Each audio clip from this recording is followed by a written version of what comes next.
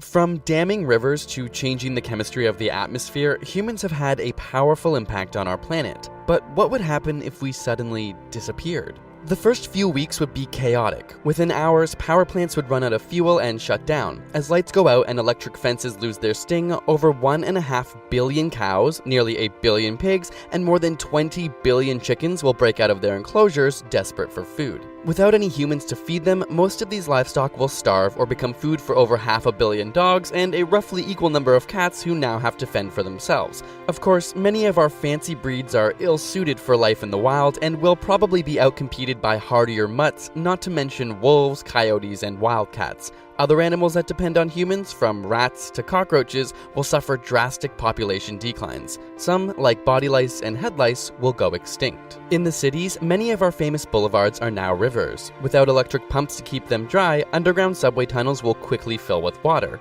Other streets will be overtaken with weeds and vines, followed by larger plants and trees. But before that happens, most cities will be wiped out by fire. Modern houses, especially in the suburbs, are still largely made of timber. With no firefighters around, a single lightning strike is all it takes to start a fire that could burn whole subdivisions to the ground.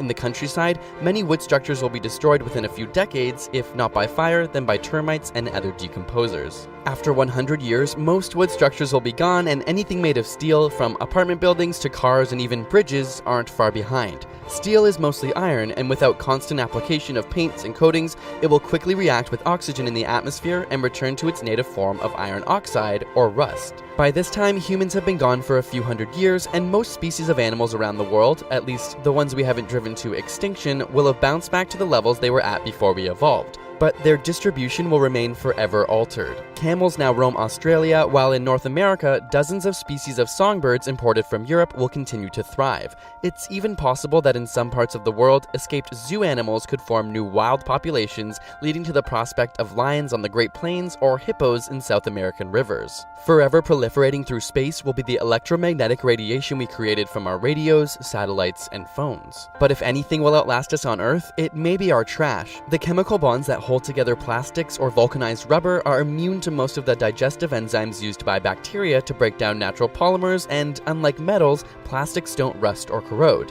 These microplastics escape into waterways or drift along in the ocean and are eventually deposited in sediments. Hundreds of millions of years from now, alien geologists from outer space may be surprised to find sedimentary rocks full of tiny carbon-based particles that were once part of rubber tires or plastic bags. Of course, whether something survives depends greatly on the conditions. Everything will last much longer in deserts where there's no moisture to speed up rusting or support decomposing organisms. And while the carbon cycle will return CO2 levels to equilibrium after a few thousand years, local deposits of long-lived organic chemicals or radioactive material could persist for a very, very long time. It's hard to know what alien paleontologists of the future will make of us, how they'll explain our love of plastic, or the fact that within a geological eye blink we exploded out of Africa to colonize virtually every inhabitable space on Earth.